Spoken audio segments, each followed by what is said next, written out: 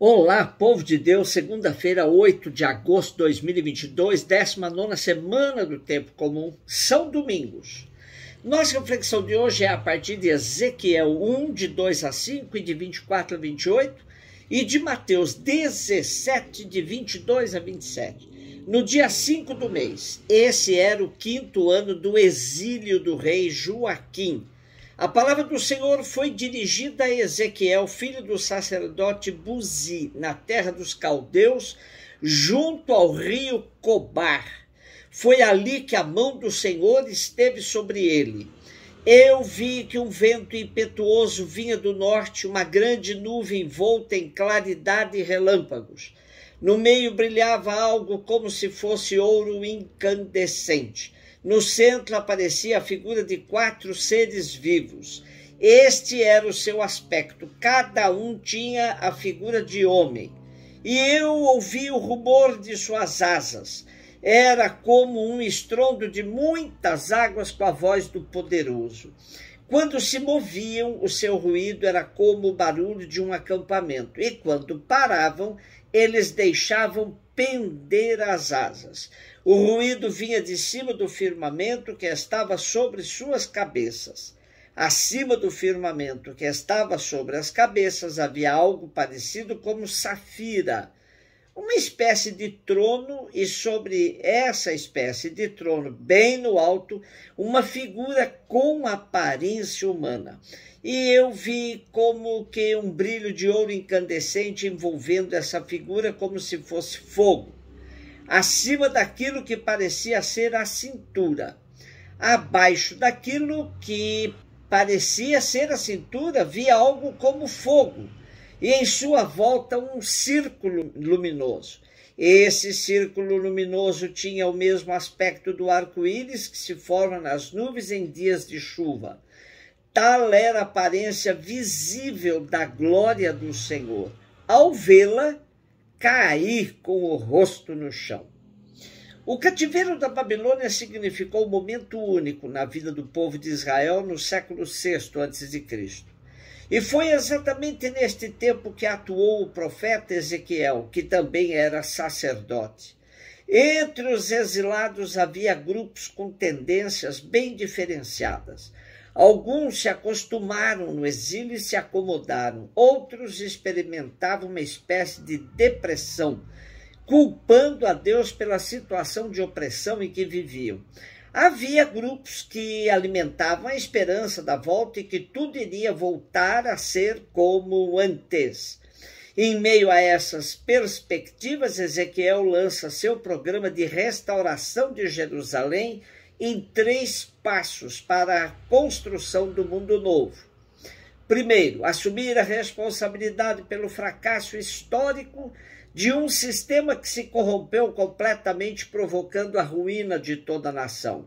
Segundo, compreender que a simples reforma de um sistema corrompido não gera nenhuma sociedade nova, apenas reanima o velho sistema que, cedo ou tarde, acabará sempre nos mesmos vícios.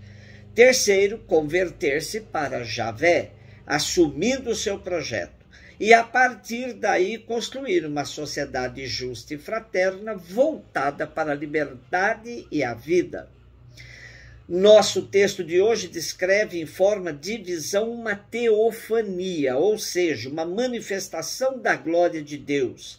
Ezequiel se serve de elementos maravilhosos para descrever essa manifestação de Deus, mas o que ele quer mesmo é descrever sua vocação.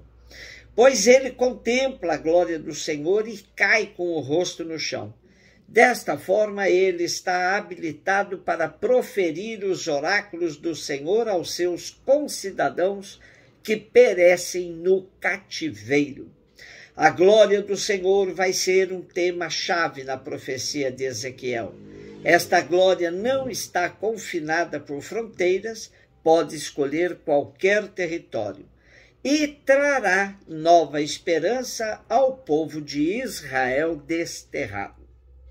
Mateus 17, 22 e 27. Quando Jesus e os seus discípulos estavam reunidos na Galileia, Ele lhes disse: o Filho do Homem vai ser entregue nas mãos dos homens.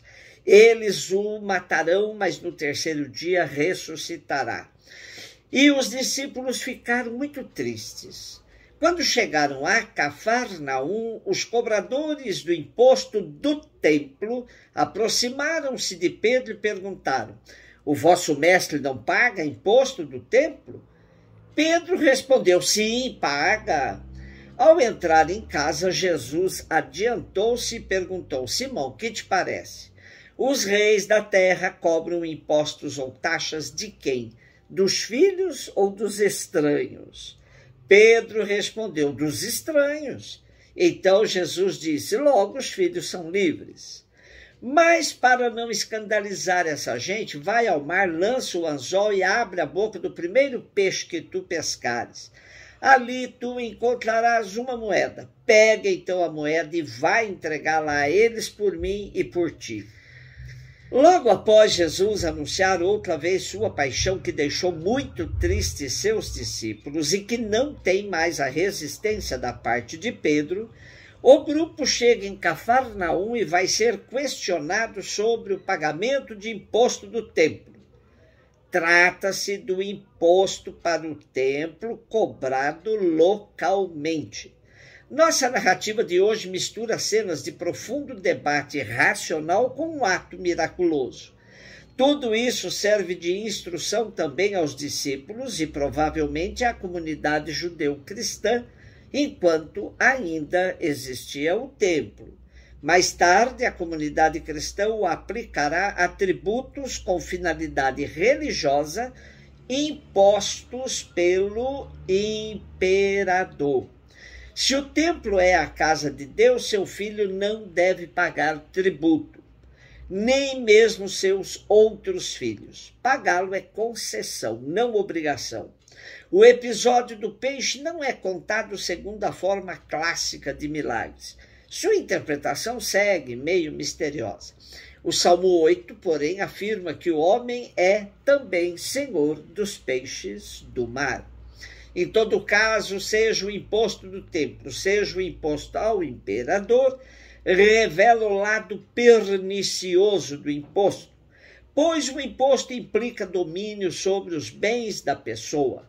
Esses bens, em primeiro lugar, são de Deus, e os homens são filhos de Deus antes de ser súditos de qualquer poder. Portanto, eles não têm obrigação de pagar impostos. A razão para pagá-lo é livre e secundária: evitar escândalo. O confronto e a ruptura entre Jesus e as instituições se dá nesse nível mais profundo e decisivo, que supera a própria instituição do Estado e do templo. Vivemos num país onde os impostos são odiados devido à sua finalidade: sustentar a mordomia e a corrupção de alguns que mantêm a maioria na miséria e na fome. Se os impostos recaíssem sobre os que têm mais para ajudar a minimizar o sofrimento dos que nada têm, eles ganhariam uma função social e até seriam justos. Porém, o que se vê é que a taxação no Brasil penaliza os mais pobres, que não têm condições de se manter com dignidade, pois até sobre uma caixa de fósforo se paga um imposto exorbitante, tornando a vida dos pequenos insustentável.